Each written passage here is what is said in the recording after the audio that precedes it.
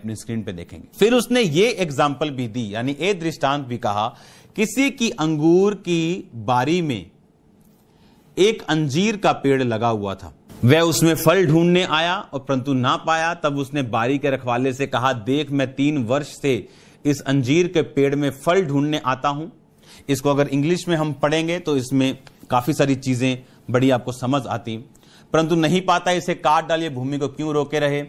उसने उत्तर दिया, हे स्वामी, इसको 1 वर्ष और रहने दे, मैं इसके चारों ओर खोद के खाद डालूं, आगे तो फला तो भला, नहीं तो काट डालना। अब परमेश्वर ने क्यों ये एग्जाम्पल दी मालूम? उसने उस पेड़ की एग्जाम्पल दी जिसको फल देना चाहिए था। परमेश्वर ने 3 महीने के बूटे की एग्जाम्पल नहीं दी है, उसने एक मैच्योर पेड़ की एग्जाम्पल दी। क्यों? क्योंकि वो मैच्योर लोगों से इस वचन में बात कर रहे हैं, जो लोग वचन को जानते हैं, जिनको 2 साल हो चुके हैं, 3 साल हो चुके, 4 साल हो चुके हैं, वो मैच्योर है। अब उसने कहा, मैं 3 वर्ष से, बाइबल कहती हेरोदेस ने जो बच्चे मरवाए थे, हां, 1 साल, 2 साल, 3, छोटे छोटे, उसके बाद के नहीं, यह मसीह का बच्चा पीरियड है। अगर 1-2 साल टिक गए, 2.5 साल, 3 साल टिक गए, दैट्स इट, आप तकरीबन आप टिके रहेंगे। और ये मैच्योर लोगों से बात कर रहा है। उसने कहा, 3 वर्ष से मैं फल ढूंढने के लिए आ रहा हूं।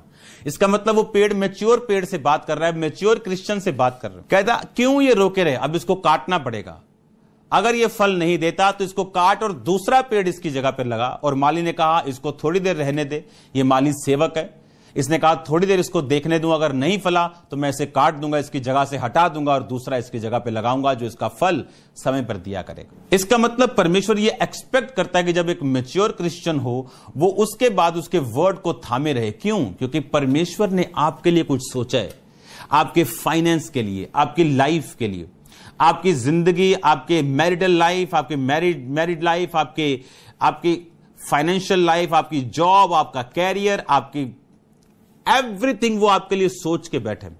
पर उस बरकत को देने के लिए उसको चैनल की जरूरत है, उस पानी को, उस आशीष को, उस तेल को डालने के लिए उसे साफ बर्तन की जरूरत है, जो साफ हो, अवेलेबल हो, ताकि उस बर्तन में वो उस तेल को उंडेल सके, उस आशीष को उंडेल सके।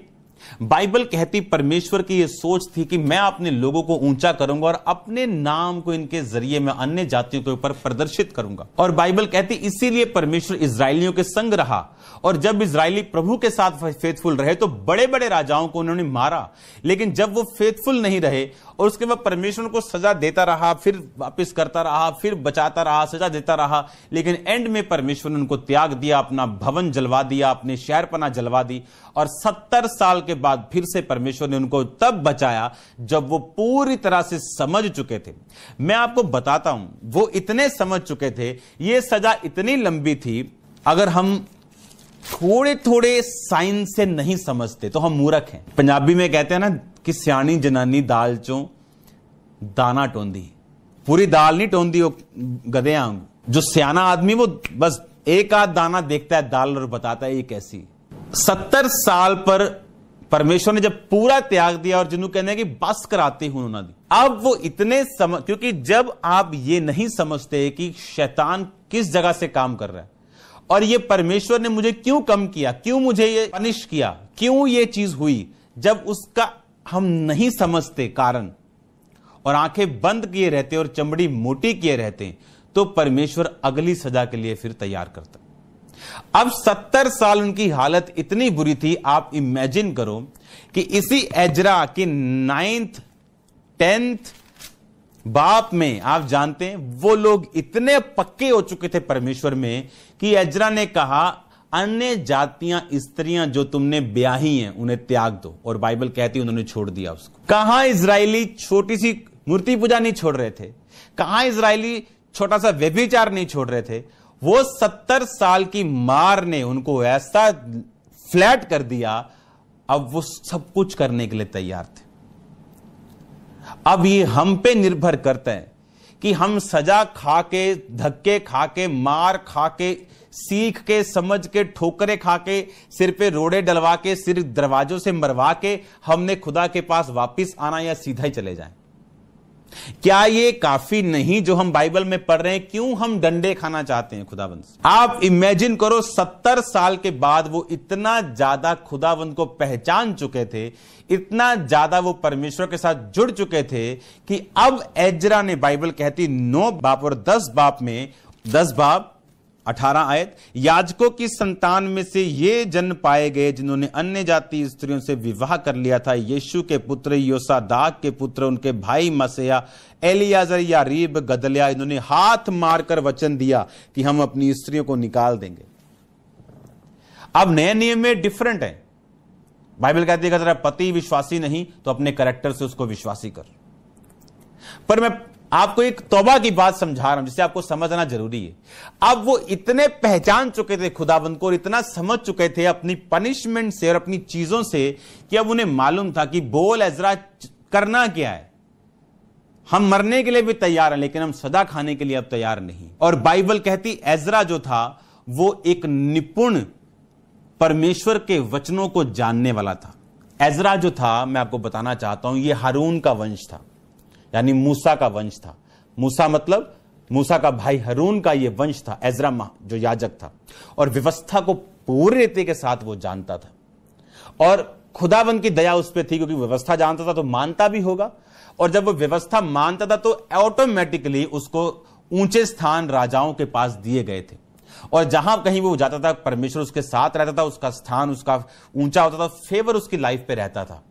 और इस कारण वो व्यवस्था को जानता था। और जब इजरायली छूटकर वापस आए उसने समझाया कि देखो तुम्हारे पापों ने क्या किया, तुम्हारे राजाओं के पापों ने क्या किया, तुम्हारा सब कुछ उजाड़ दिया, अब तुमने तौबा की है, देखो फिर से खुदाबंद ने तुम्हें अच्छे अगुए दिए और तुम्हें यहां भेजा, अब सुधर जाना। वो कहते हम सुधर जाना नहीं, हम सुधरे हुए, बोलो करना क्या है। यानी इतना बड़ा डिसीजन तब उन्होंने लिया, सब कुछ खुदाबंद के वचनों के अनुसार वो करने के लिए अब तैयार थे क्योंकि उन्हें मालूम था कि चाहे मैं जहां मर्जी छुप जाऊं, कहां भाग जाऊंगा, किधर चला जाऊंगा, कहां चला जाऊंगा, खुदाया तेरी रूह तो मैं पला ना सके किधर जाऊं।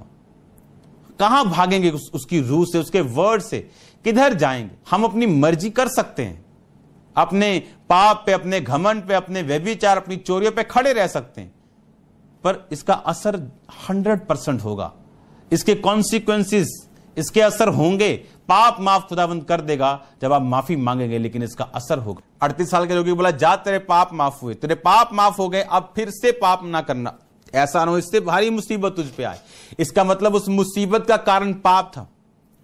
पाप सिर्फ शारीरिक रोग नहीं, पाप एक आपको रिड्यूस करने के लिए, उसका परिवार उसको छोड़ के जा चुका था, पाप के कारण उसका शरीर खत्म हो चुका था, फाइनेंशियल हालत बुरी थी। अगर अच्छी होती तो वो बंदे दिहाड़ी पे ले लेता कि ले भी 1000 रुपया रोज का, यहीं रहना, जब स्वर्गदूत उतरे पानी में, तूने अगर मेरे को पहले उतार दिया लाख रुपया इनाम।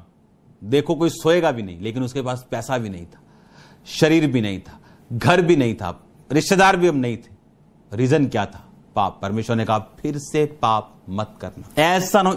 अब उससे भारी मुसीबत और क्या हो सकती, उससे भारी मुसीबत पाप और क्या हो, उससे भारी तकलीफ और क्या हो सकती? क्या उससे भारी कुछ हो सकता है? हाँ हो सकता है। अभी मुड़ आना है वापिस। पाप में गिर गए, अब गधों की तरह गिरे ही फिर रहे हैं हर जगह और गिर रहे हैं। किसके लिए?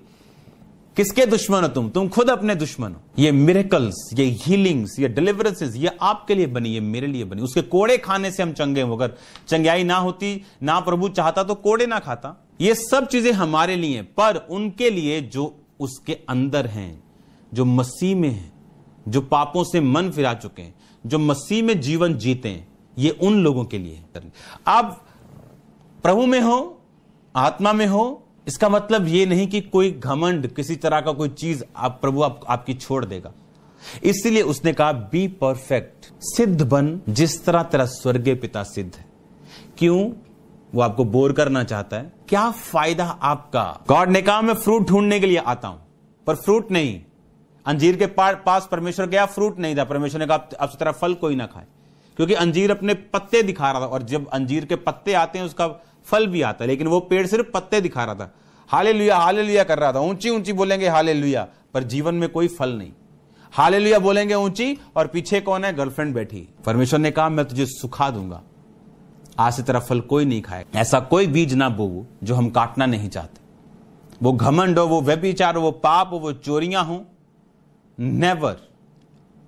वो डरपोकपुणा हो, परमेश्वर के वचन का इकरार ना करना हो, नथिंग, कुछ भी ऐसा मत करो। तो हमेशा वर्ड के साथ जुड़ना, टीचिंग्स को सुनो, वर्ड की डेप्थ में जाओ, क्योंकि ये वर्ड जब आप इसमें एक बार समा गए, अगर आप में समा गया, अगर आप में आदत पड़ गई इस वचन की गहराई में, इसकी कंप्लीटनेस में, इसकी सत्ता में आपको चलने की, आप ए बोलेंगे, परमेश्वर एबीसी बोलेगा। आप बोलेंगे डी चाहिए, परमेश्वर बोलेगा नहीं, तेरे को मैं वाई एक्स जेड जी तक दूंगा।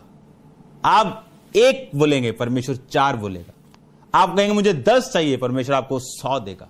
यह खुदावंद है, यह परमेश्वर है। उसने कहा जब तुम मेरे वचन से बाहर चलोगे, तुम खाओगे, तुम्हारा पेट नहीं भरेगा। और लिखा धर्मी की लालसाओं को वो तृप्त करेगा, तो अपना मुंह खोल मैं इसे भर दूंगा। और ये पॉसिबल है अगर हम वर्ड से प्यार करें, उसको छोड़े ना।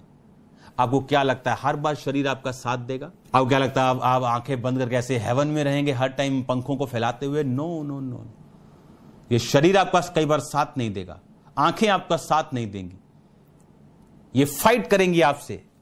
आपको फाइट करनी है इनसे। हम लड़ते नहीं, हम झुक जाते हैं। जब पाप के सामने झुक गए तो लिखा तुम पाप के नौकर हो। जब पाप के नौकर बन